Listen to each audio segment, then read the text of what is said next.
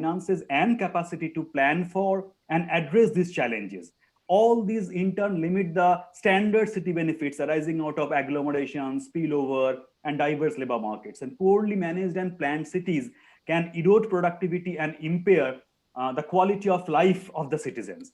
And the current COVID-19 crisis has hit the Indian cities hard. While cities are working hard on responding to the crisis, weaknesses in the areas of health equity, well-being city components, resilient and healthy planning, and governance framework, and governance. But the weaknesses in all these areas, especially in the governance frameworks, are unfolding. The current COVID-19 crisis has reinitiated some of the debates. For example, between compact cities and sprawl development, the discourse so far has been to decongest by limiting the density to improve quality of life. However, it has been observed that the places with poor, overcrowded housing, lacking infrastructure services, especially the water and sanitation, and with minimal open spaces, such as informal settlements, they are the most hit. Rather than density, the management of density is faulty, and also the fear of contamination due to a shared journey led to the immediate lockdown of public transport services like buses, trains, and metros, and so on. However, there is not enough evidence to suggest that public transport has played a significant role in coronavirus transmission. And Indian cities need urgent reform in order to unlock their economic potential and transform quality of life. One lesson of the COVID-19 hit world has been that cities have to be sustainable, they have to be inclusive. But the question is how? The Center for Habitat, Urban and Regional Studies at IMPRI, along with Industra Global and Citymakers Mission International, has launched a discussion series, the State of Cities, City Conversation, hashtag City Conversation. And in this talk series, we are engaging with experts on urban and regional studies to understand the challenges of urbanization and how to make the cities the unsustainable and inclusive. Today, we are delighted to have with us Professor Kala S. Sridhar, a very distinguished urban specialist, urban theorist. So Kala S. Sridhar is professor at the Center for Research in Urban Affairs, Institute for Social and Economic Change, Bengaluru. She was earlier with Public Affairs Center as Ford Public Affairs Fellow, before which she was at the National Institute of Public Finance and Policy, New Delhi, and taught at the Indian Institute of Management, Lucknow, as assistant and associate professor. She has been a visiting scholar at UNU Wider, Helsinki, Finland for multiple times. And she has authored or edited books published by reputed publisher Oxford University's Palgrave Macmillan, Springer, Routledge, Sage, and has published paper in all the leading urban journals, which include Regional Science and Urban Economics, Urban Studies, Applied Economics, Area Development and Policy, and Environment and Urbanization Asia, among others. She is on the editorial board of several journals on expert committees of the government and urban development, and is frequently consulted by multilateral institutions such as ADB for research advice. And she has been awarded the Fulbright Nehru Academic and Professional Excellence Fellowship for 2020-21, and will be hosted by the University of California, Tele. And she is among the top 10% of authors globally on the Social Science Research Network. And today, Professor Sridhar will speak on an additional anathema for our cities and policy directions.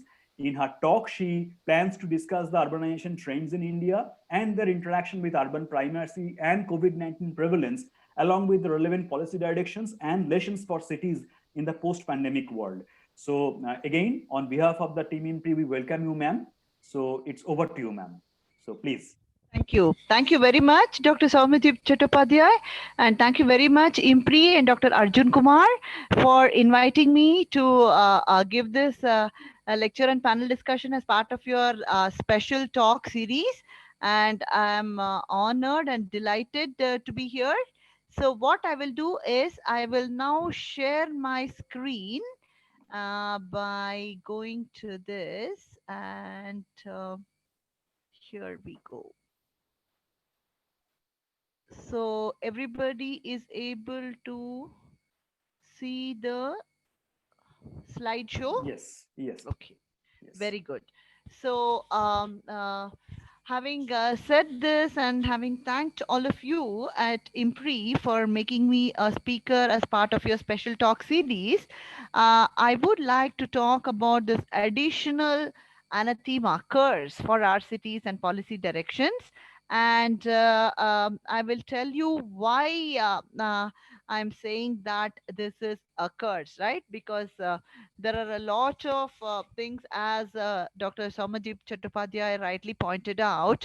India is only 31% urban as of census 2011, even though the cities contribute over 65 to 70% of the country's GDP.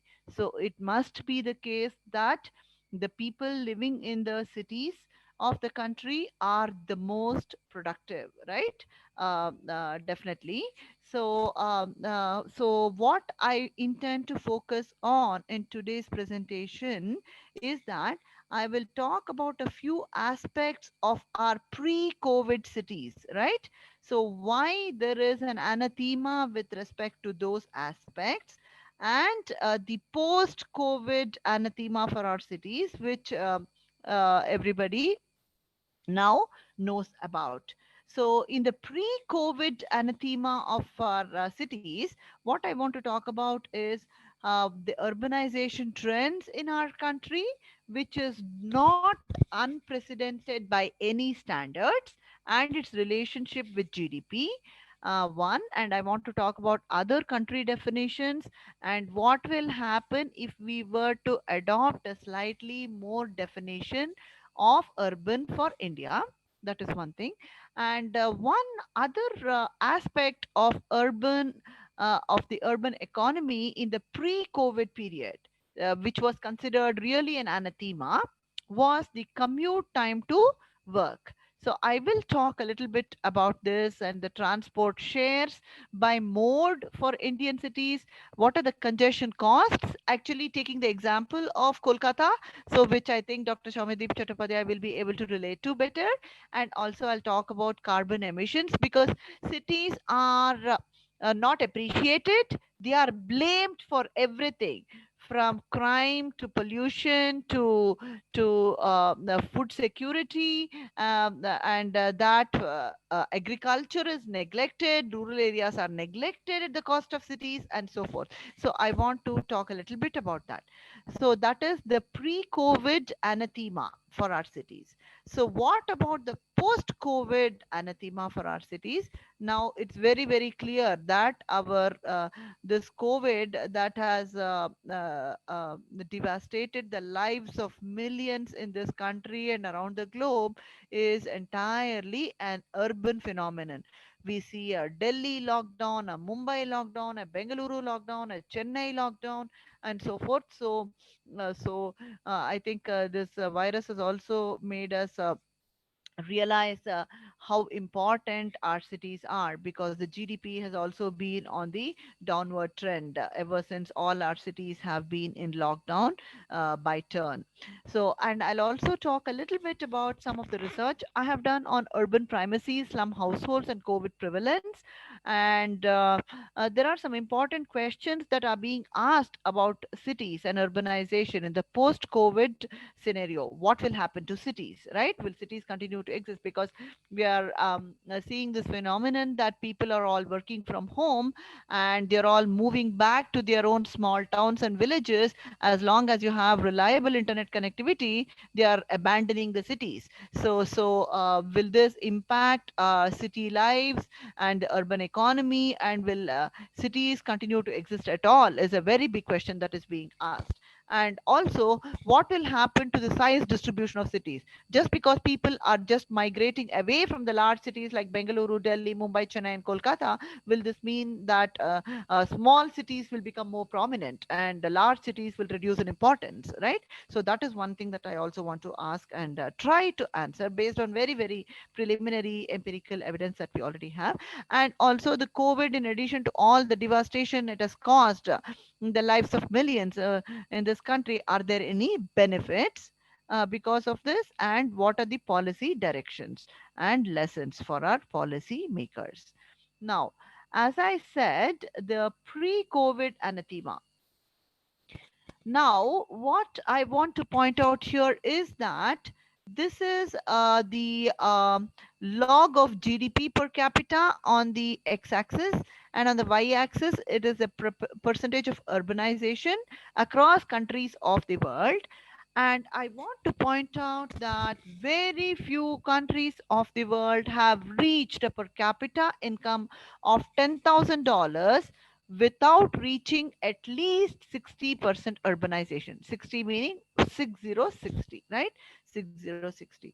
Now, this is the log. So, this is approximately China's urbanization level, and this is about 58, right? And per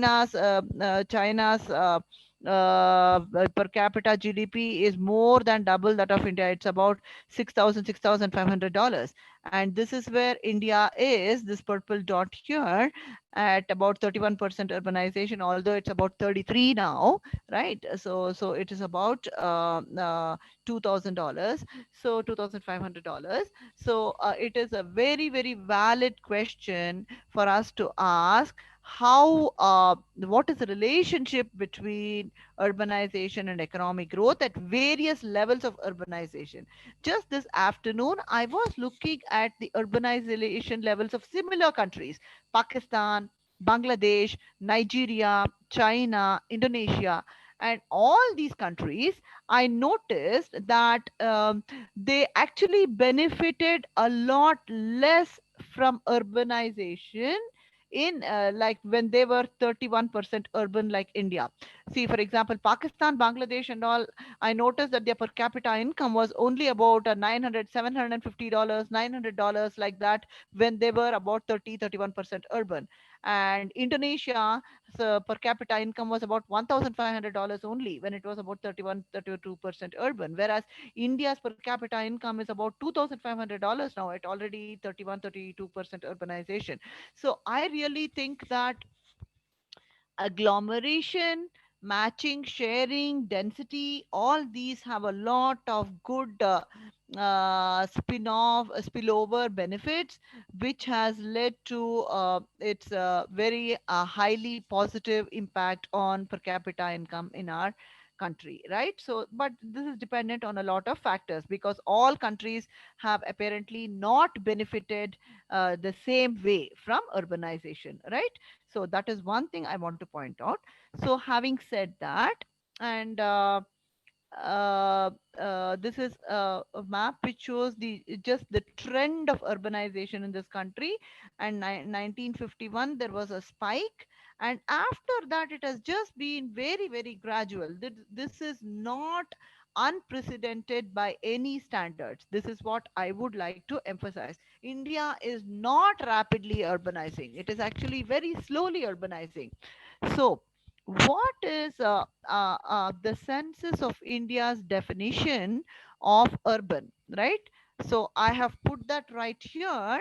A population, a size of greater than or equal to 5,000 persons, a population density of about 400 persons per square kilometer or 1,000 persons per square mile, and at least 75% of male main non-agricultural employment. And these three conditions are actually and conditions, right? They are not or conditions. So that if a place satisfies one of these characteristics, it will not be urban. Only if it satisfies all the three characteristics, that it will be urban, right? So this, I think, by the international standards, I found on my recent research, that is really a very, very restrictive way of defining urbanization in our country. I'll just qualify this by showing you this uh, table which summarizes how different countries define urbanization, right? So I don't know, I hope it's visible and readable. This slide. Australia. Australia, I mean, developed countries like Australia, UK, USA, they all define urbanization based on population size, right? Population size. Australia defines urban centers as any habitations with 1,000 people or more. And you see, UK is 10,000 people or more, and USA is 2,500 inhabitants or more, right? And there are some other countries, developed countries like Canada and Germany, for example, which use only population density, right?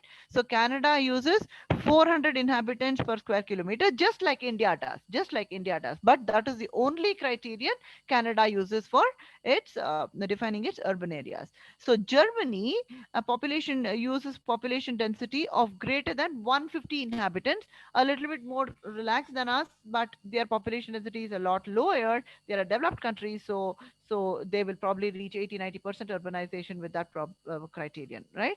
And look at China. China uses population density and also access to municipal infrastructure as important preconditions for defining a place to be urban. Our definition is probably more similar to Japan, which specifies conditions based on population, 50,000 inhabitants or more, and 60% non-agricultural employment, and also the minimum number of people living in built-up areas, right?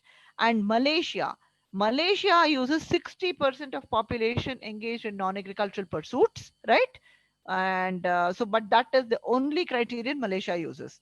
And Zimbabwe also uses a measure of non-agricultural pursuits, but it is only 50% of the population, along with 2,500 inhabitants population size.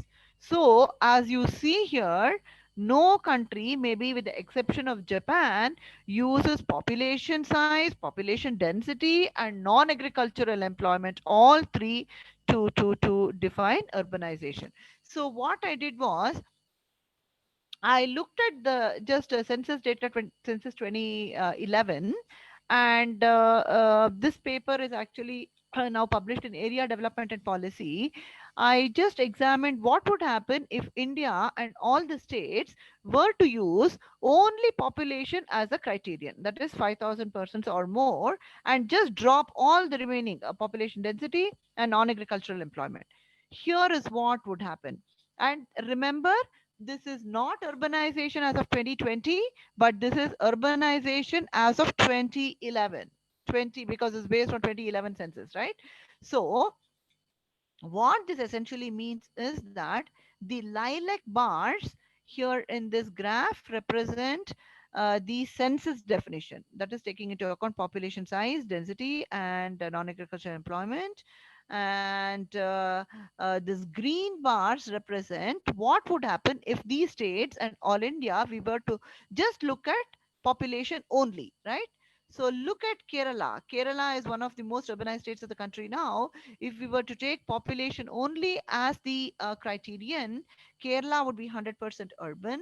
And you look at a very urbanized state like Goa. If you take population only as a criteria, Goa would be maybe only about 70% urban. And even with this very relaxed criterion, West Bengal probably would be 50-55% urban.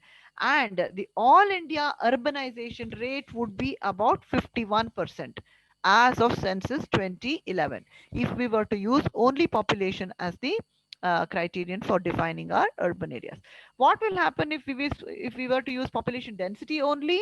So here the red one is the bar which represents the census definition, and the yellow bars represent the population density only criterion.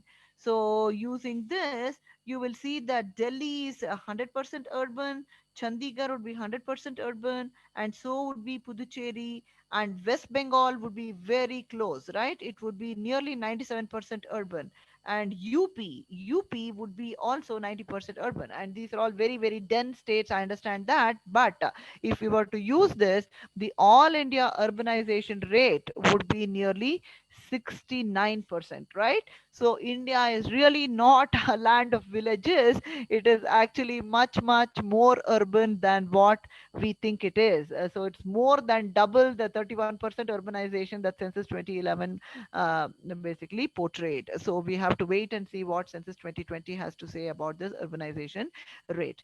So, the reason why I just put up these three slides is to enable an understanding of the kind of magnitude of positive economic impact that urbanization can have on our cities, quality of living and the residents, and also the kind of problems and challenges they can present if India were to be really 70% urban as of today, right? I think that needs a little bit more careful attention and study. Now, I promised that one pre-COVID anathema of our cities was basically commute time to work. So the reason why I think as urban economists and policy makers, we have to be interested in commute time to work is because it affects what we all know as the city's effective labor market. The city's effective labor market refers to the number of jobs accessible within a certain commute.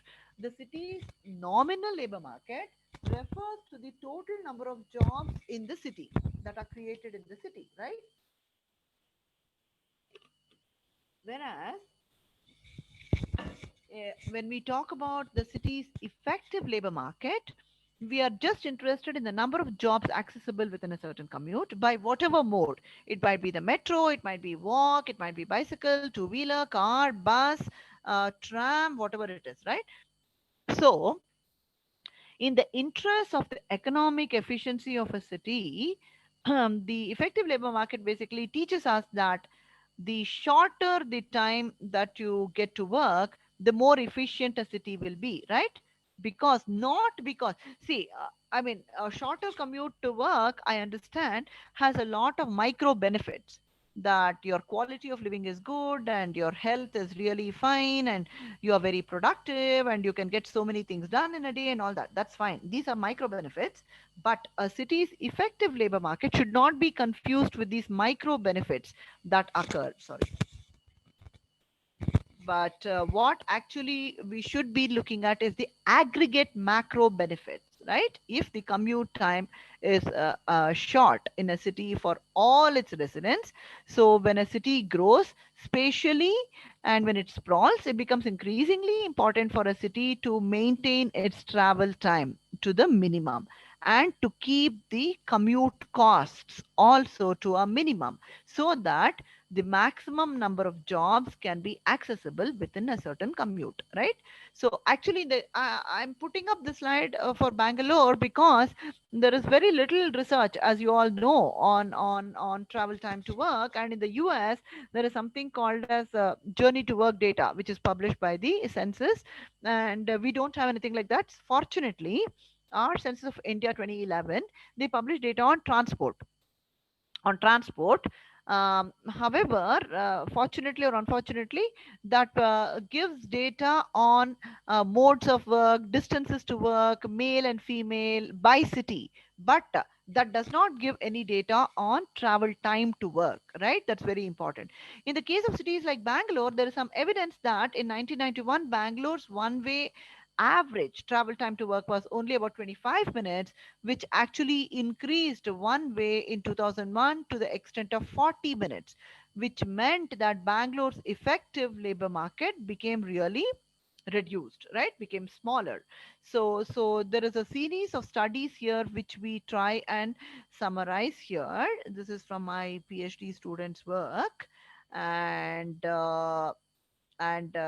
we found that most recently, this is the commuting time in minutes for Bengaluru. It's about an average of about 28 minutes one way to work, which means that its effective labor market increased significantly since 2001, right? So this is based on large household surveys that were conducted here in Bangalore.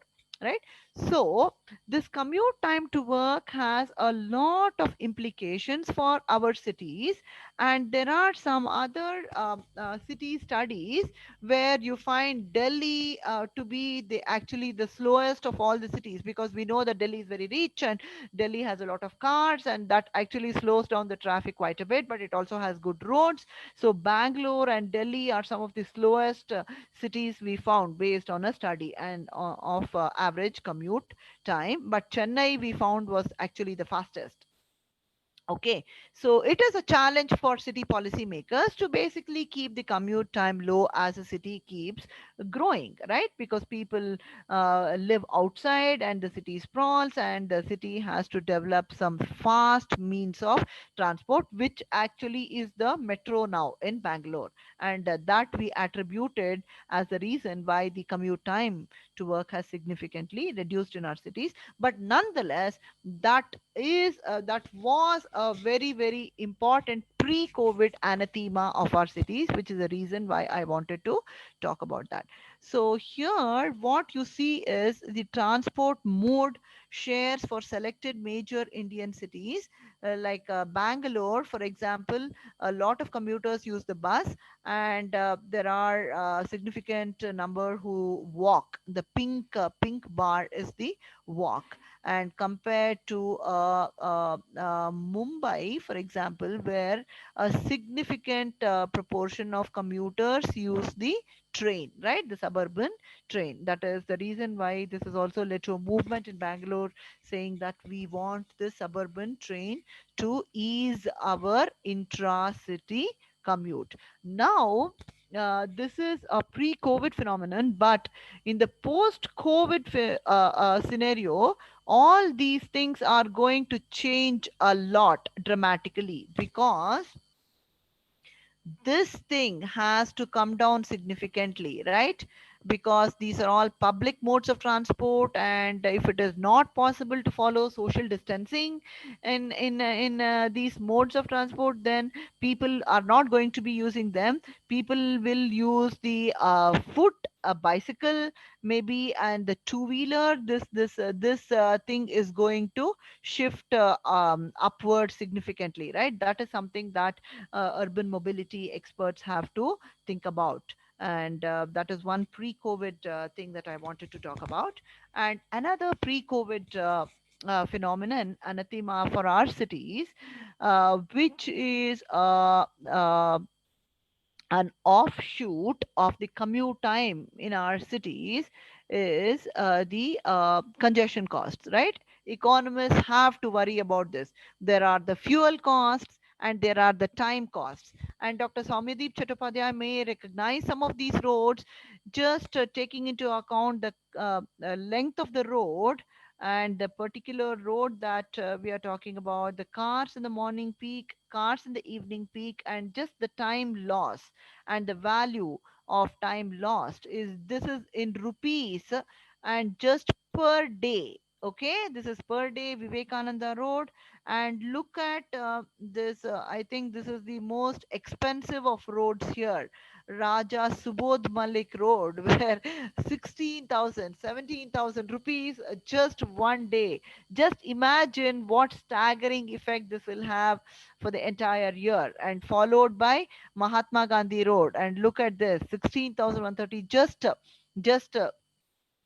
one road. And these are how many roads? These are hardly 9 to 10 roads. And imagine for the entire city of Kolkata how much we are incurring in the form of fuel costs and time costs. So this is a very important pre-COVID anathema that I think we all need to remember for our cities. And how are we going to make our cities economically efficient and also equitable, right? If you want to access a job within 5 minutes of walk or bicycle.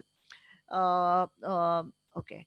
So this is, I think, my last slide on the pre-COVID anathema of our cities. Now, as I said, cities are blamed for all kinds of problems, including carbon emissions and food security, crime, pollution, and everything. So here, this is some very interesting data from the global human settlements layer. And this is the grid level data that I was discussing earlier before my talk. These are PM2 emissions, and this is micrograms per cubic meter of air. And you will find no doubt that Delhi is the highest. And actually, Bangalore, actually, I don't believe this, but Bangalore is the lowest. And when we look at the open spaces, we find that there is unsurprisingly a negative relationship between the open spaces and carbon emissions. And as you can see, the higher the commute time, the longer, I mean, the higher the congestion cost, the also higher will be the PM2 emissions, right? So these are all directly related. So this is in the pre-COVID scenario of our cities. Now, what happens in the post COVID scenario? Okay, so I want to just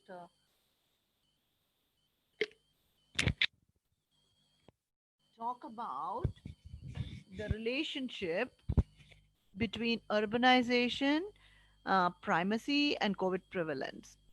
Okay, so now what we find is that there is a positive, I found a positive correlation of 0.43 between urbanization and COVID prevalence in terms of COVID positive cases per 10,000 population. And this is as of August 18th, 2020. And so this means that definitely COVID-19 uh, is an urban phenomenon, right? Due to the density. There's no doubt about it at all. So some of the more urban states like Maharashtra and Andhra, they also are the states which were characterized by very high number of cases during that period under consideration. Now, I want to talk a little bit about the relationship between urban primacy and COVID prevalence. So, urban primacy is a phenomenon whereby the size distribution of the cities is impacted. So, this basically urban primacy means that a single city accounts for a disproportionate population or of the urban population of the particular state. See, for example, Telangana, the newly created state, is the one that is characterized by the steepest urban primacy. This is 9.93, which means that Hyderabad is the capital of Telangana. It is about 7 million population, and the second biggest city in Telangana is Warangal, which is about just 7 lakhs, right? So it makes for an urban primacy component of 9.93, nearly 10. So Hyderabad is nearly 10 times bigger than that of Warangal, and there are no intermediate cities in between, right? So I should not be saying this sitting here in Bangalore, because Bangalore, Karnataka, the urban primacy component is 8.9, which means Bangalore is 8.9 times the size of the second biggest city, which is Mysore. And this in the absence of Telangana, actually, Karnataka was a state which is characterized by the steepest urban primacy, right? Which means that there are no secondary tier cities. There's a very unequal distribution of cities and economic activity, population across space. And now the Karnataka has asked me to do a study of why this is the case and how we can go about reducing primacy here, right? And some of the empirical evidence from the early work is also that the primate cities are also the ones that are the most congested. And this is actually borne out by the case of Bangalore, and a recent report characterized Bangalore as one of the world's most congested cities, right? So, if primacy is associated with congestion, then definitely that is associated with higher density also, which has also led to high COVID prevalence in the states which are characterized by high urban primacy. So, unsurprisingly, I found a positive correlation of 0.36, a positive significant between urban primacy and COVID prevalence at the level of the states. So now I've done some work on the regression, on the determinants of COVID prevalence, where I regressed COVID prevalence at the district level. See how tragic can this be for urban economists and policymakers. This data is which is there at this website I've referenced here doesn't even have anything at the city level. If you want to know COVID cases per 100,000 population, the city level, you have to go to individual city websites, you have to go to newspaper articles, you have to go to anecdotal evidence, and it's really very sad. Cities are really not considered to be important enough for even this data to be published, and cities are at the receiving end of all this, right, with the COVID, and they have to do all this contact tracing and all this quarantining and all this testing, and cities are really poor things, and they're not even considered important for anything. Now, the determinants of COVID prevalence as summarized in this table shows that per capita income has actually a positive and significant impact on COVID prevalence, because it's presumably the higher income folks who actually socialize a lot and also get COVID. And the most important phenomenon here is for us to understand the urbanization leads to increased COVID prevalence. It is positive and statistically significant. And one measure of economic activity in the cities is workforce participation, right? So that also has a positive and statistically significant effect, and no doubt population density has a positive and statistically significant effect on COVID prevalence. So there is no doubt that COVID prevalence is very highly associated with urbanization, population density, economic activity measured by workforce participation rate, and all these not only are associated but also lead to COVID prevalence, right? So that is one thing that I want to basically highlight here. So now, what happens to slum households and the prevalence of COVID in the Indian states? And we find again Andhra Pradesh is the state which is characterized by the maximum number of slums as a proportion of urban households, and I found a positive correlation of 0.48 definitely between slum households and COVID prevalence. And again, this shows that slum households are characterized by high density, poor ventilation, which is a reason why it leads to increased COVID prevalence, right? So this is one other thing for us to worry about in the post-COVID scenario. Now, I want to just show you one interesting thing. Here you see this is the top panel shows the parks, right? The green spaces, the parks per lakh population in some selected cities of the country. And there are a lot of cities in Karnataka because I've done a lot of work on these cities. And you will find that as it gradually parks increase, there is a gradual decrease in the COVID prevalence, right? This all again at the city level, which I managed to get from the same thing, the district wise, because in the case of large cities, districts and cities for Chennai, Bangalore and all, the district and the city overlaps. So whenever parks increase, the COVID prevalence decreases. So there is a negative correlation which we found between parks and COVID prevalence. Now, I want to show you a little bit about the size distribution of our cities, and you will find that the number of cities are here and the urban population is here in the parentheses. And what I want to show you here is that not this part, but highlight this part in red here, which is the period of the Spanish flu, right? 1918 was a Spanish flu. And this is the size distribution of cities in the 3 decades, 1 decade before and 1 decade after the Spanish flu. And I don't see any significant change in the size distribution of cities, which has been frequently attributed to COVID, right? So in 1911, the urbanization rate was only 10%, which is similar to that of Bihar now. 1921, it was only 11% urbanization. 31 was 12%. So every decade, our urbanization is increasing by 1 percentage point. And you will find that class 1 cities, there was no change. Class 2 cities, no significant change. This is class 3 cities, there was a small increase, and class 4 cities, small increase, and so forth. And overall, the size distribution of the cities during these 3 decades when the Spanish flu was present seems more or less stable to me. And this is something that is a very long run phenomenon and determined by what is called as Zipf's law, and I don't want to go into that now. So my hypothesis is that this is not, the size distribution of cities is not going to change because of COVID and any temporary migration that is stimulated because of that. Now, this is, I think, my last slide. I don't know how we are doing on time, Dr. Soumyadeep, but is it okay? It's fine, ma'am. It's fine, ma'am. Okay, No okay. problem. Thank you. Thank you. So, what are the policy directions and lessons? Now, we all know that COVID originated in the wet markets of Wuhan, China. So, we need to manage our live markets and also vegetable and fruit markets better, right? That is a very important municipal management issue. One.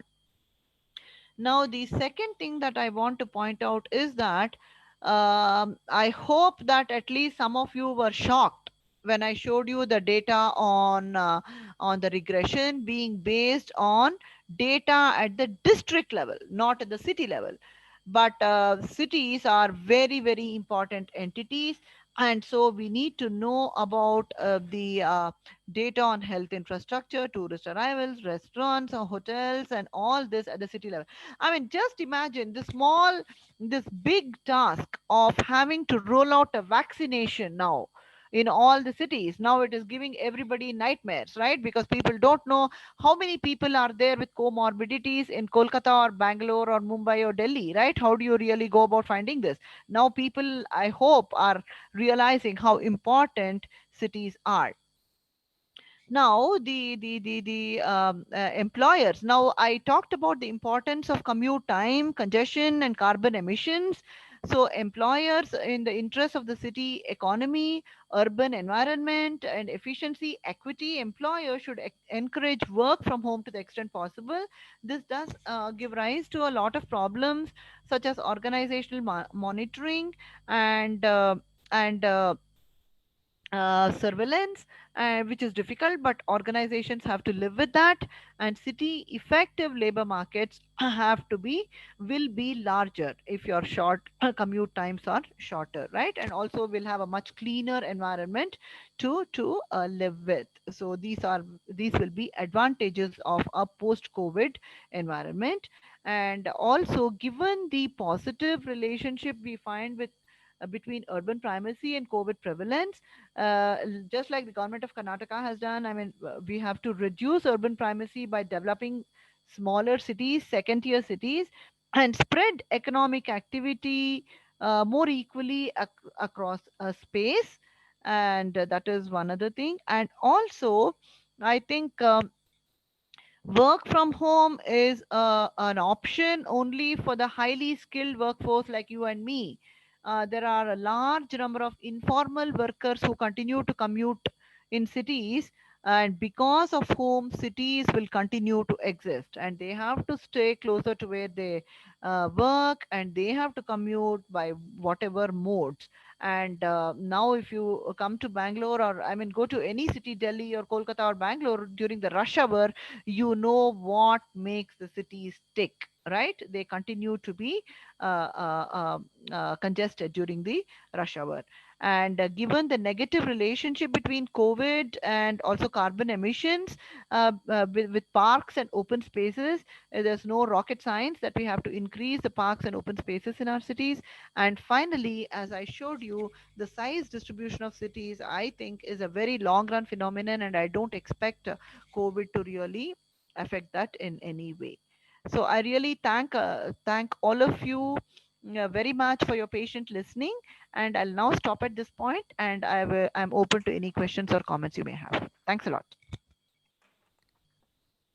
Thank you, ma'am, for your presentation and all the minute details which you shared with us.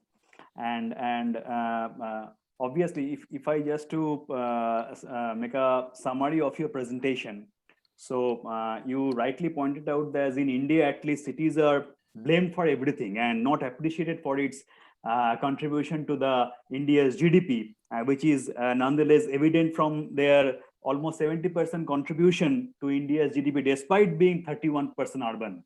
And also, if you rightly mentioned that if you consider the per capita income, that the agglomeration density, all the related benefits, they have positive spillover benefits in India as compared to other comparable countries. And at the same and most importantly, as compared to the dominant literature, or like you are rightly mentioning, the India is slowly urbanizing, and partly it can be attributed to the stringent definition of urbanization, urban areas in India as compared to the standard international definition. And you have shown in your presentation that if India uses only population as the criteria with more than 5,000 persons for defining an urban area, then all India urbanization rate could be around 51%, and that too at the 2011 census figure. And also, if population density is used only, then all India urbanization rate would be close to 70%. And in fact, India is much more urban than actually what we think is, and entails some positive economic impacts. And also, it shows the positive economic impacts that the Indian cities have on Indian economy. And regarding certain anathema during the pre-COVID period, you touched upon two very important issues, which are which are, I think, mostly under-researched. And that is, one important point is the commute time to work, which have some very important impact on cities' effective labor market. For example, you mentioned that the shorter commute time to work actually facilitate the economic efficiency of a city and can strengthen cities' effective labor market. You mentioned about Delhi and Bangalore, how slow they are. And also rightly mentioned the significant policy challenge to keep the commute time low as the cities keep growing. And also an offshoot of commute time, you mentioned about Kolkata. In fact, almost all those cities, I very much been able to relate all those roads, and also the huge congestion costs which were associated with almost all those roads. And this is another important pre-COVID anathema. And then you talked about the carbon emissions, as they are directly related to this commute time, congestion cost, and so on. And regarding the post-COVID scenario and the anathema that the Indian cities would be really worrying about, you mentioned about the positive correlation between urbanization and COVID prevalence, a positive correlation between urban primacy and COVID prevalence, which is basically highlighting or implying that the COVID is an urban phenomena, and how unequal our cities are practically. And also, you mentioned about the positive correlation between slum households and COVID prevalence, positive correlation between open spaces and incidence of COVID. And finally, you touched upon very interesting idea about the size distribution of our cities, and you showed that during the Spanish flu time, there were no significant changes in the size distribution of cities. And you mentioned that we do not that even in the post-COVID period, there would not be any significant changes in the size distribution as of now. And finally, regarding policy data direction, you rightly pointed out the importance of availability of city level data, especially related to health infrastructure, availability of other infrastructure related facilities, and also the importance of encouraging workers to work from home. And also, this is the most important thing, which I also quite able to relate to, that you discourage the metrocentricity, and by developing smaller cities and more equal spatial distribution of the work opportunities. And also, right, you mentioned about the increasing importance of parks and open spaces. So these are some of the thoughts. So I think we have some discussions with us. So I now request Arjun to please introduce our discussion. So we first hear from them, and then, ma'am, if you want to respond to our discussion observation, you can, and then we will be having some questions from our participants. And also, I have some questions from my side, so I will pose them before you, ma'am. Okay, so thank you, ma'am. Arjun, are you there? So I am here. Yes. Yes. So if you please introduce our discussions and. I'm trying to have PK sir there. But Ziming, would you like to add anything? Mhm. Ziming, if you're here. Yes, Dr. Ziming Li is a assistant professor at University of Wuhan, China. Okay. Also a urban researcher. She was also there at University of Florida Urban Department. Okay. Nice to meet you, Dr. Sebi. We are not able to hear you, Ziming. Hello, Yes, can please you go hear on. me? Okay. Okay, thank you. Thank you for your presentation. Yes, and I learned a lot from your presentation about the urbanization and the post pandemic mitigation. Actually, I'm doing some kind of policy suggestions for the current Hubei province government, and currently China is changing the urban development strategies because of the pandemic, and we have some similarities here because before the pandemic, the urbanization in China focusing on the mega cities and how to build up the urban agglomerations, especially focusing on the big cities along the Yangtze River, and Wuhan is in the middle reaches of the Yangtze River and is the next growth pole for the regional economy. And because of the high densities in Wuhan, that's why this pandemic spread out very quickly. And then currently, the provincial government consider that we should not ignore the development of small cities and some town or some county level city, and then we will focusing on how to provide them more infrastructures and basic service like health, public health, especially provide better hospitals and give more salaries to the employees there, and let the talents, especially the good doctors from the big city and good teachers from big city to work in the small cities, and then that's reduce the density of the big city. And also we also need to like um, consider how to help the urban poor to work from their home. I mean, the hometown is not just their temporary home in the big city. We want to them to move back to their hometown and build up their hometown and make urbanization in small town um, faster than before. So this is the strategy change happened in China. And I think it will happen in the next 5 years or 10 years. And then we find some similarities between China and India. And thank you for your presentation. And I would like to talk more about this topic with all the panelists here, because I know that you're also interested in these comparisons between China and India. Thank you. Thank you very much, Dr. Ziming.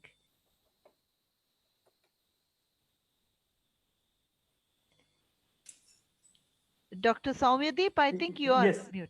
So yes, ma'am. If you want to respond to Dr. Lee's observation or comment, if you want to add anything, you may please. Yeah, yeah. Actually, Dr. Ziming, I have been to Wuhan.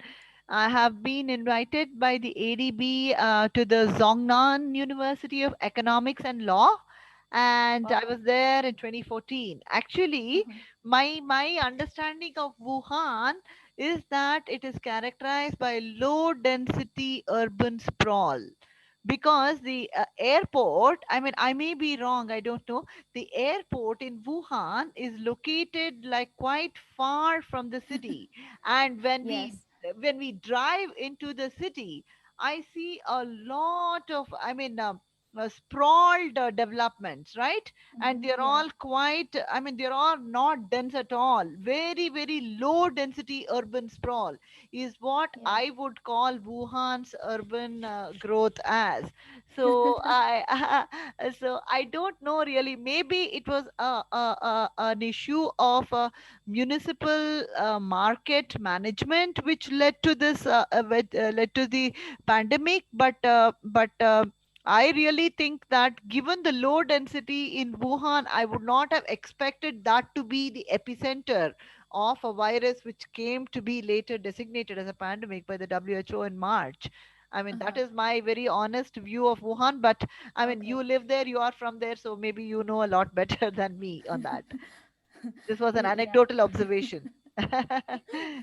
Because the land price of the airport there is cheaper, so that's why they choose the location there. Oh, yeah, But yeah, yeah. when you come to the Uh-huh, center of the city, uh-huh, I mean uh-huh. the central, like the central three districts of Wuhan, then you Uh-huh. will find much more higher population density. But Right. comparing to Uh-huh. New Delhi or Mumbai, so the Right. population density in most of the Chinese cities is lower than India.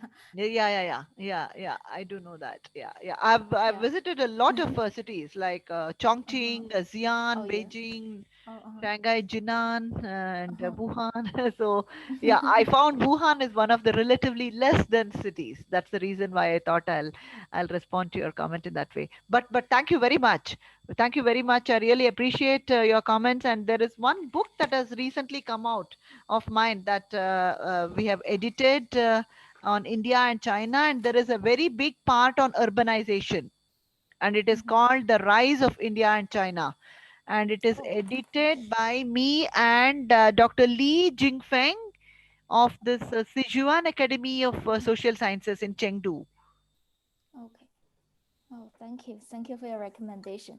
Oh, Yeah, by thank the you. way, I Thank have you. a question about Yes, the last point on the slide of policy directions and license. So you right. mentioned about size distribution of cities, and it's a long run phenomena. Uh-huh. And could you explain more? What is the size distribution of city and how we can do that? Uh-huh.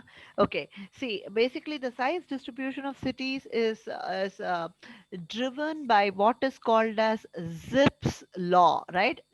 Oh, yes. ZIPF, Yeah. Zipf's law, Yeah. right? So Yes. Zipf's law basically is called as the rank size rule, which means that the most populous city in a particular province or state will have the rank one, right? And Mhm. then the second size, the second city, the second ranked city in that state will exactly have half the population of the first, the most populous city. And the third ranked city will have population one third the size of the first ranked city. And the Mhm. fourth ranked city will have the size of the one fourth of the first ranked city, and so on and so forth. That is what Zipf's law predicts. But the when you take the empirical evidence and regularity of Zipf's law in the context of Indian states, you find that it does not hold good at all. So that is the reason why I said that in the state Karnataka, of which Bangalore is the capital, Bangalore is the is has a population of nearly 10 million, right? Whereas the next size city, Mysore, according to Zipf's law, must have been just half the size of Bangalore, right? Mhm. Yeah. Which must be 5 million. But I am from Mysore. I know that. So Mysore is just 1 million, hardly, right? Mhm. And the other tier cities are even smaller. So Mhm. Zipf's law does not hold good in any Indian state actually. So Yeah. that is a law which governs the size distribution of cities in the long run, and Mhm. it does not really change so fast, right?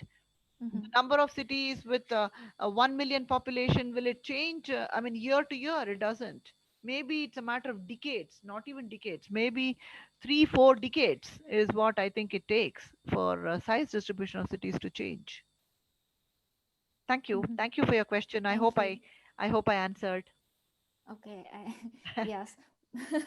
But I really wondering how the government can make that happen. Like, do you have some timeline, or this is just a trend? It's not a some practical suggestions. Like who would See, push forward if things happen? See, for example, the government of Karnataka has asked me in this project to look at how to make this more even, right? More even and distribution Yeah. of population away from Bangalore. And so, Mhm. what I have proposed is I'm looking at some about 10 firms each in about each of the 10 smaller cities that we have chosen after Mhm. Bangalore. And we are also Mhm. looking at Bangalore. And we are looking at what are the policy approaches of the state government that have actually led to this kind of primacy. One. Two, what is it that the firms are finding so attractive in Bangalore? It's definitely Mhm. agglomeration, it's definitely density, and it's definitely the high skills and the high workforce participation rate, Mhm. and so forth. That is actually, but why are the firms not willing to move out to the smaller cities? That is what we are trying to understand. So we are trying to understand the policy approach, and we are trying to understand the firm centric view and try to Mhm. converge both in the case of Mhm. Karnataka. Mhm. Okay. Right, right. Let me also add few questions. Yeah. Yes, ma'am. Thank you very much for your very comprehensive and extensive, also using the latest data for the COVID-19. A few things I really noted from ma'am your earlier slides. One, what Soumya Deep sir has already covered, that when we're using the criterion of only population as only 5,000, then we are getting around 51% of the population as urban. Whereas when we are looking from the density criterion, then we see a lot of changes. Around 69% is what is coming. In that aspect, I just wanted to know from you that, for example, Bihar. Bihar villages are very dense. Uh, I mean, 3,000, 5,000, even 10, 12,000. Whereas when we compare the villages of Jharkhand, again, a tribal state where I come from, we have 200, 300, 500 very small villages. So, ma'am, how do you see this happening? In case of Kerala, we, as you have in 2011 also predicted, and I also did some calculation and found that almost 3/4 of the population to be living in 2021 by our criterion itself. That is changing. Ma'am, how do you see the density in villages? Because that is also coming out as a parameter. How do we see our towns or look at it? Because we really had a census town something in the last census, but how do you see this density phenomenon from this rural urban level? Also, many points on transport really ma'am has highlighted, or thankfully all with a lot of data, and also converting in time, fuel, and also for the economic efficiencies and those part. The Kolkata example was really good in each roads and others. In Delhi, I think also, ma'am, if we look into this kind of thing, we now have specific, because NCR is also bloating. So we have one area as Noida, then we have Gurgaon. So those things would be very interesting to see. One another thing which I also wanted to learn from you was on the aspect of district and city. So most of ma'am, the COVID data you have also used, most of this data is coming from the district level. So I see, and Delhi has, let us say, 7 districts. So, and in one district also there are many cities. So how do you see this conundrum going ahead from the point of data, from the point of administration, and also from the point of health and service delivery? In terms of GDP, the number which comes the last in 2011-12, when the base changes, the rural urban composition of the GDP. There we find that a lot of the economic activities are really in also in the rural areas, because the GD composition comes almost around 50-50. We did a study for Thane city to estimate the GDP at many levels. So there also we try to see, but really the macro picture, how it is, the data is also coming for rural and urban. How do you see this thing going ahead in terms of city governance, or how we are producing data or for information? Lastly, few points I really wanted to see, and now we have something called National Infrastructure Pipeline of very huge, more than 7,000 projects. Most of them are urban. Then we have many industrial corridor, Delhi to Mumbai, and we are trying to have many, cities between them, Mumbai to Bangalore, so much and so forth. Would this lead to some changes in urban primacy, as you were really suggesting that this takes really 2, 3, 4 decades to change in terms of also what the economic powerhouses be? Then we have, ma'am, smart cities, Amrut, so many of scheme. How do you see that this policy direction going, and leading to which form of urban areas? And ma'am, should I also invite Mr. Samir Unhale, Samir sir, or you'd like to, ma'am? So should I respond to these first? Then we can go to the next person. That's better. Please, ma'am. Yes. Okay. So first question on villages. I think that's a very good one, but I think I didn't make it very clear. So what I did was actually indeed, Dr. Arjun Kumar, that I looked at the village directory. See, what I assumed was the Census of India has done a good job and done it properly in estimating the 31% from among the urban, right? What I did was I looked at the village directory for India, which for all the states, which consists of about 600,000, 6,47,000 villages, I think. So I applied the Census of India's definition to those villages also in order to estimate what would be the urbanization rate. Because obviously, if you're only 5,000 population, or if you're only 400 persons per square kilometer, if you're only 75% male non-agricultural employment, you would obviously be a village. You won't be a city, right? According to the census definition. That is the reason why I had to tap into the village directory. And your Jharkhand, Bihar, everywhere, all the villages have been captured. And the numbers that I showed as urbanization rate for Bihar, Jharkhand and all, that includes the villages also. So that is the answer for your first question. The answer to your second question is commute cost for Kolkata. Yeah, this research is really very, very new, and there is very little research on other cities in the country. And as I said, for Kolkata, this was a paper in Current Urban Studies, I think, by Chakrabarti and Gupta. And so that is a paper I used for summarizing the congestion costs on Kolkata roads. That is the second one. I don't remember what's the third question you had for me, Dr. Arjun. Just remind me. What's the point? District and city. District and city. Okay. See, here what happens is that in some cases we are lucky. In the case of Bangalore, Chennai and all, we are lucky. In that, the district covers nearly 99% of the city corporation limits also. But in all cases, we are not always so lucky. In which case, if one district consists of several cities, then your picture is basically distorted, right? When you're saying this and that. So in such cases, the district cannot be a good approximation of the city, which is the reason why we want the data to be published at the city level, not really at the district level. And also from the view or point of urban finances, using the city is a lot more equitable and egalitarian, because when the city gets a check from the state government, this happens in Karnataka a lot. I don't know about other states. Probably, I think it happens in other states as well. The district administration gets a check, right? So the city officials, they are really poor things. They have to go to the district office, just hang around and grease their palm, and you have to be corrupt and you have to bribe them to get the check that was legally due to you anyway, right?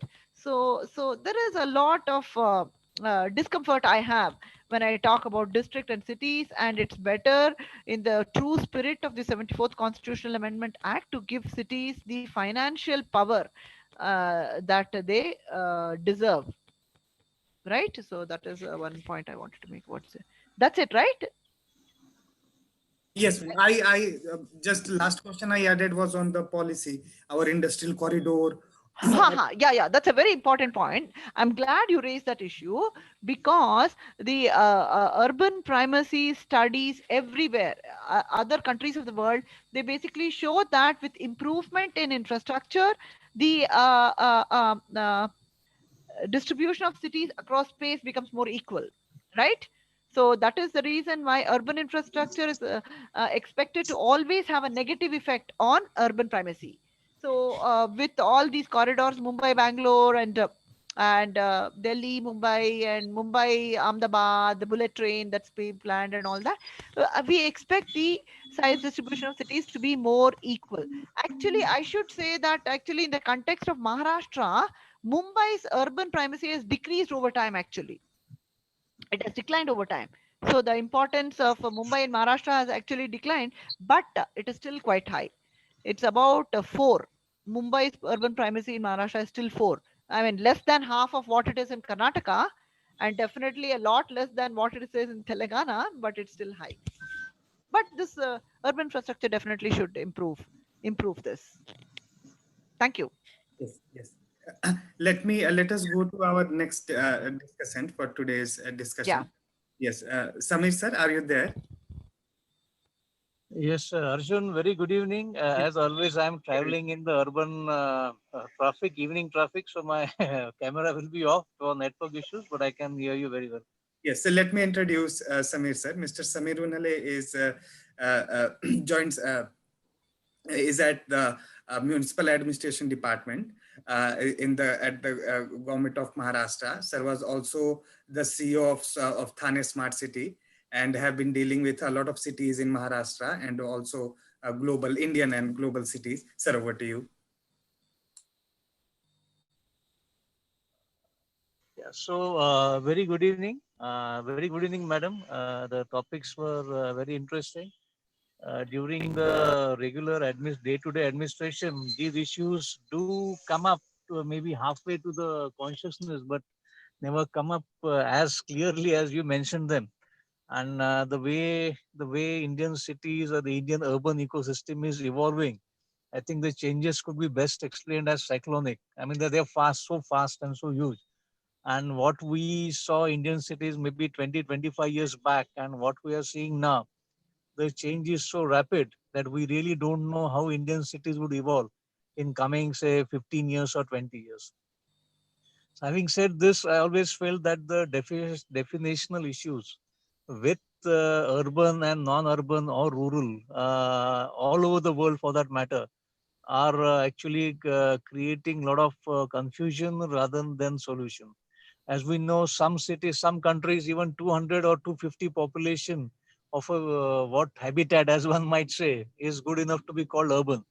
And that definition changes from country to country and from state to state. This sometimes always felt that public policy discussions in maybe global south are more ideological and more emotional rather than clearly scientific or evidence based. That leads to a lot of non shall we say scientific influences on any discourse of public policy, which doesn't give us the totality of the real picture. Regarding urban issues, as we know, I always say that the India's urban ecosystem is so strong that it would be the third largest country of the world if we add up all the population of all the cities. We would be more than United States population. So that is the significance and importance of India's urban ecosystem. As was rightly pointed out by Madam, that the very definition, I sometimes feel we are getting straight jacketed by this notion of urban and rural, and even this very close definitions for that. In that context,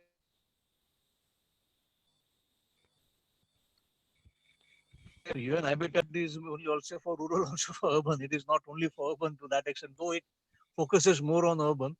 So is the case with other international, development networks which talk of habitats.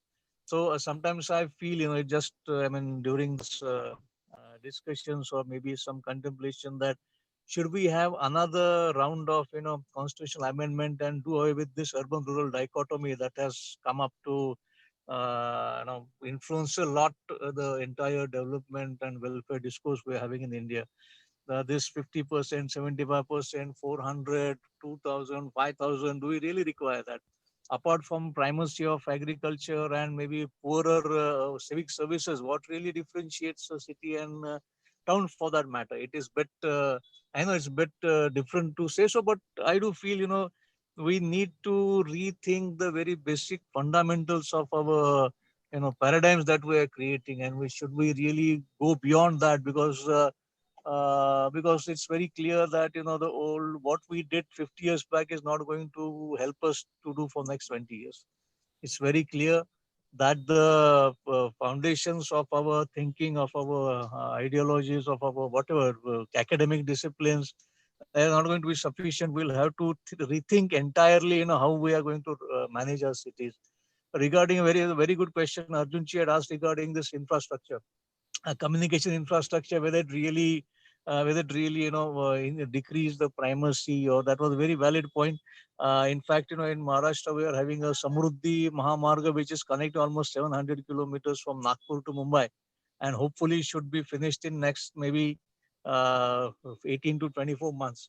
Once that highway comes up, the entire interior of Maharashtra will be opened up to the influences of or the urban forces, so to say, and should create a major impact on the not only the form of the cities and towns, but also the overall development, the way we understand it now. So urban infrastructure is going to help definitely. Another question always felt that I mean, astronomy is one of my hobbies, so I am always fascinated by this uh, by this black holes concept. And if you really look at the way the black hole really works, it's called as the galactic nuclei, or the center of the galaxies. You have got black holes which are worth 4 billion solar masses.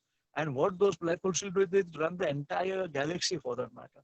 So I just stray thought across came to my mind that whether if this similar thing would be happening with the urban cities for that matter. In fact, if you really look at it, Maharashtra's functioning, Mumbai is definitely Mumbai city region for that matter. The ma'am made a very valid point that the notion of district, I believe, is getting out of context now. In for that matter, if Mumbai, the two districts of Mumbai are still make the municipal corporation of Mumbai. If you look at the metropolitan region of Mumbai, it will be covering almost for 5 districts now are covered under the metropolitan region of Mumbai, which is the city region. So I do feel, the way things are moving, the older concept will have to be changed. They will not be sufficient for us to analyze and understand the way current things are moving actually. So regarding this, of course, inclusion issues also comes up very strongly. We have a national urban livelihood mission, apart from other missions of health and ICDS and the Poshan Ahara and those things. And all these things do have an impact on the very strong, huge city regions that are coming up. COVID told us that the extreme densification, extreme urban system that were evolved have certain downside, and we'll have to think what can be done. Dispersing the extremely very strong and dense and huge cities, maybe we'll have to think other way around also. And I think that is one of the lessons that we should learn. Apparently it doesn't seem that we are taking the lessons too seriously, but this should tell us to rethink the entire basic paradigms that we are working. I'm afraid the way usual business as usual will not lead us anywhere, and the already stress and problem our urban system is facing. I don't know what would happen after 15 or 20 years unless there is something drastically done to tackle these issues. So these were Arjun. These were some stray thoughts. I'm traveling, so probably I'm not as organized as I should have been. These were just some thoughts which I shared with you. And if there are any certain, any issues to clarify, I will be always very happy for that. So thank you. Over to you, Arjun. Thank you. Thank you so much, sir. Yes, Kala ma'am, would you like to? Yes. Yeah, actually, I think there are a lot of things which I learned from him from a policymaker's perspective here. I just wanted to respond to one thing that one aspect of what he said. He talked about what is it that really distinguishes our cities from villages, right? I really think that this is density, right? Population density and the generation of ideas, the matching, sharing, and the learning that the density gives rise to. See, some years ago, our former president, APJ Abdul Kalam, proposed this idea of Pura, right? Provision of urban amenities to rural areas. So now that is a very good controlled experiment as to whether we can convert our rural areas into urban if we were to give them the same kind of infrastructure, basic services, and amenities that we give in urban areas. Hospitals, schools, roads, parks, and the water supply, sanitation, solid waste.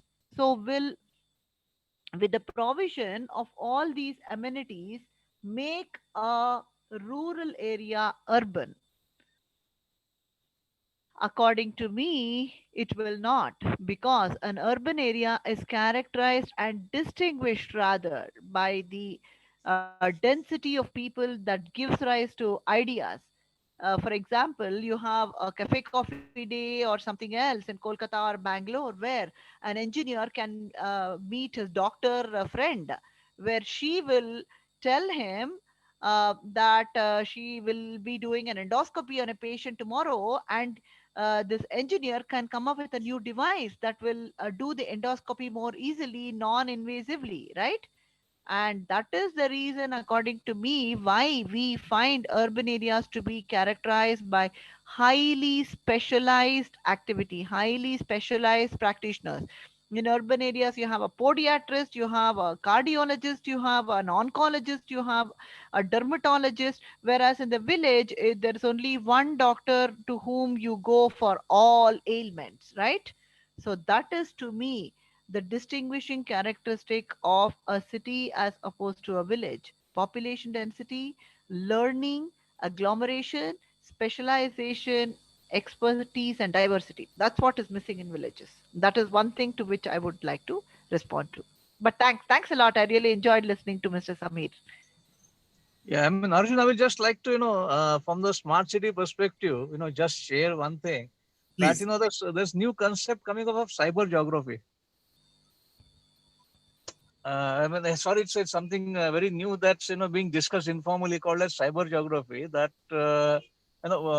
normally we are seeing now people, even in fact, even in LA, after the Bay Area, after this COVID, you're seeing many people who are seeing a reverse migration back to the, semi-urban or rural, one might say, area in the US and even in Canada for that matter.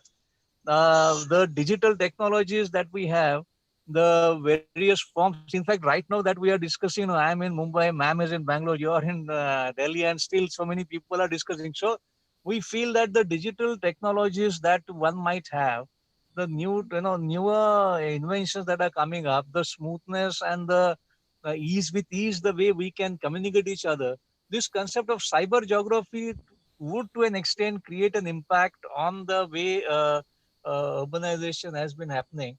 And of course, the agglomeration economics and coming to it, of course, there. But maybe if you look at 20 years down ahead, 20 years ahead, how many, we might see some impact, and people, in fact, are in Mumbai region, I can tell you, people are happy to reside in the semi-urban, semi-rural areas around Mumbai. Work from home, remote working, if that becomes an area, if you have e-commerce, if you have other things happening, maybe, digital revolution is not as far as one might look at. Maybe 5 years, maybe 2 years before, none of us really used Zoom for that matter, but now using it daily, up and down, every day. In fact, within government, let me tell you that all the meetings are happening on in this, either one of these, either Zoom or Google Meet or webinar, that model.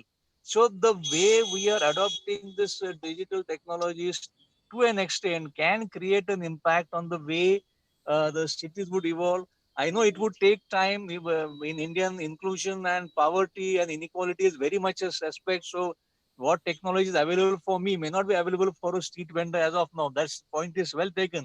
But this cyber geography, this idea of cyber geography will create an impact on the urban model, and I think we require that. If Mumbai city region is of 20 million, Delhi is 20 million, and how big are we going to make these city regions now? The administrative borders are accidents. They are not they don't indicate the real urban areas for that matter. It's just historically that some city is small and some district is big. That leads us to the question of peri-urban problems. So by and large, I think this maybe if you look at what will be Mumbai 15 years hence, what will be Bangalore 15 years hence, what will be Delhi 15 years hence, if we really look at it, then I don't know whether we want these cities to be another grow to 40 million for that matter. So some very fundamental, thinking is very much required. And some always keep on saying there is no science of any subject matter for city as the matter. We don't study city as a unique subject of any discipline. So that probably we require to study more on that. And let's hope, that we have a better livable cities than what we have now. And we will have to really work, all of us will have to work really very hard for that matter. So sorry, Arun, just a response on the use of cyber geography and digital technologies on context of smart city and, Thank the urban form that we might have. Thank you. Over to you, Arjun. Yeah, actually, I wanted to just respond to that quickly, Mr. Samir.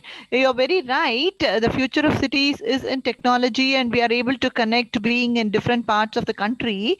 But I still think, you'll be surprised to know that in a large household survey we did in Bangalore, 2,500 households, representative, random, sampled across the entire metropolitan area, we found only a paltry 3% were working from home, right? So I still think that majority of our workforce is informal, and our cities will continue to exist, and these informal workforce will continue to need to use various modes of transport to get to their workplace.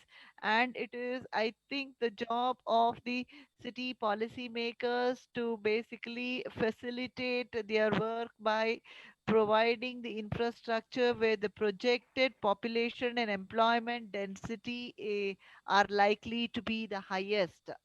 So I really think that this formal workforce, we are all very, very formal. We are all very skilled, and we are all in the top. I mean, I don't know, 2-3% of this people who said that they work from home. I think informal accounts for really more than 85-90% of our workforce. So I think we should not you. lose cognizance of that. One figure which I also wanted to quote, since Samir sir mentioned Los Angeles, The Economist has recently come out, in fact, the current edition only, and they are reporting that since now companies and big corporations are also embracing freelance, but there has been also the cut in terms of the salary.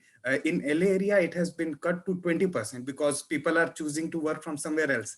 In New York, it has been cut by around 9 to 10%, because also that prices vary, they are city to city in the US. So that is also happening, ma'am. Something now companies are also cutting the HRA, if I can say, housing that allowance. So let us see how this figures out. But certainly China has demonstrated that a lot of manufacturing and other things they are able to do. And also they have more than 100 crore people or 1 billion people on their end, and other financial mechanisms. So I think really need to look at what are the enabling this thing happening. But really from the local economic development point of view, especially pertaining to city, this is something which can be disruptive, as ma'am highlighted, or in technology also, artificial intelligence and other things. Let me quickly go to Dr. Soumyadeep. He has been waiting patiently with some question. One thing, ma'am, I lastly just wanted to add to also Soumyadeep sir will add, and we had something called National Urban Policy Framework draft, which came last year, 2-3 years. It has been in the top. Samir sir also highlighted that a major rejig has to be done in terms of policy, or do we need to reform things again for financial autonomy, or I would say autonomy of the cities in terms of how we are getting data, or what this push can be. So I just thought also to have in this deliberation some discussion on NUPF. Soumyadeep sir, over to you. No, thank you, Arjun. Now, just the thing is, I think we have already stretched our time. So I have just a very quick 2 or 3 questions. So one is related to this theoretical aspect of city size, ma'am. Actually, it is true that the high cost of land, difficulty to access housing, high transport cost, and other negative externalities rise as cities expand beyond a certain threshold limit. And there is a theoretical inverted U-shaped curve in the size growth constellation. And at the same time, even when productivity starts declining in relation to city size beyond a certain threshold level, deprivation may not be rising as people's income and affordability have already gone up. So in the context of Indian cities, what do you think the relationship between the city size and productivity, and extend the relationship to relate to the city size with deprivation. So in other words, is there any optimum city size? So what's your thought on it? And second is, you mentioned or talked about this commute time, congestion cost, and all these things. Now, regarding this, we have a lot of discussion has been taking is on this transit-oriented development, mixed land use development, and also the prioritization of public transport and all these things. So, how far these kind of policy changes will have some impact on say improving the or making the city labor market more and more effective?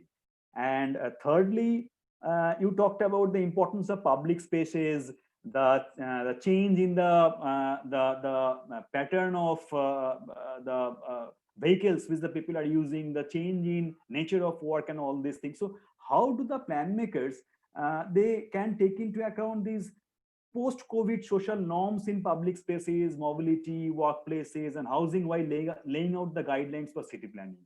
So, what are the challenges and what are the policy options? So, these are some of my questions. You may ask, or you may choose to respond any one of them. Okay. Thank you, Dr. Soumyadeep, for very, very interesting and important questions, policy relevant. See, first one is, you're very right, the size distribution of cities. You know what?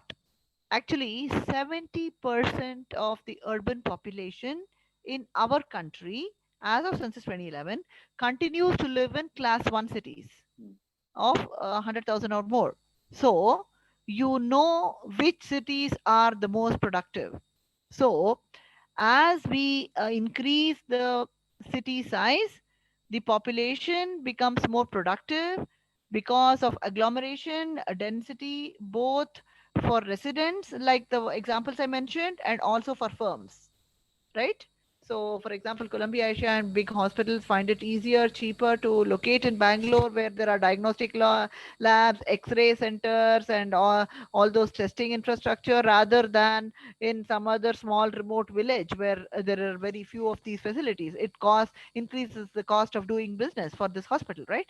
So, what I'm saying is that the large cities, I think, are the ones which are the most productive.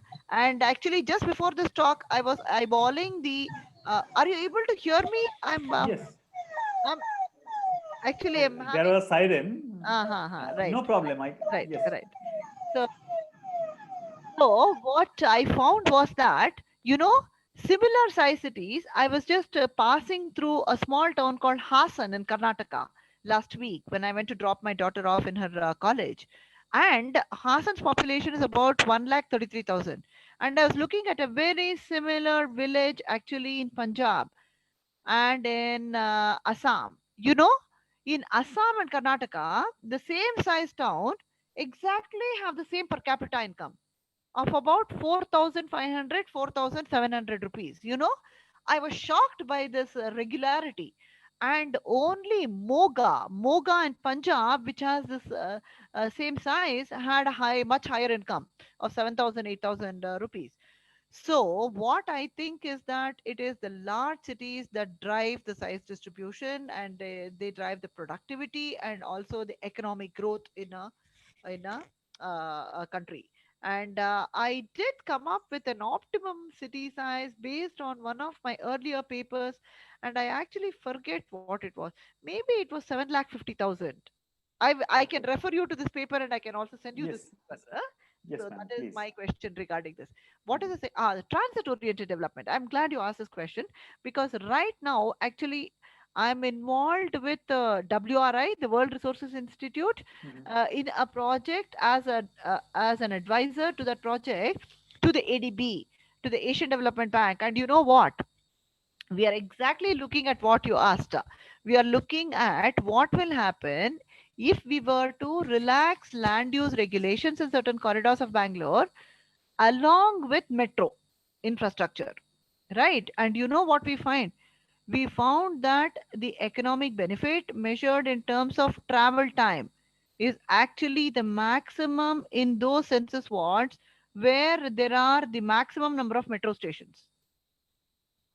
And the economic benefit in terms of travel time is the least in census wards that don't have even one metro station. right? So it's very, very clear. So what it means for transit-oriented development means for our cities. And the third thing that you asked was how policymakers can go about enforcing all the social distancing. See, I really think as based on my regression, I showed you workforce participation rate had a positive and significant effect on COVID prevalence. So one thing is to certainly encourage all employers to have work from home, right? And have surveillance and monitoring of their employees. One. Two is now the increase the illiteracy rate, education, and awareness about COVID.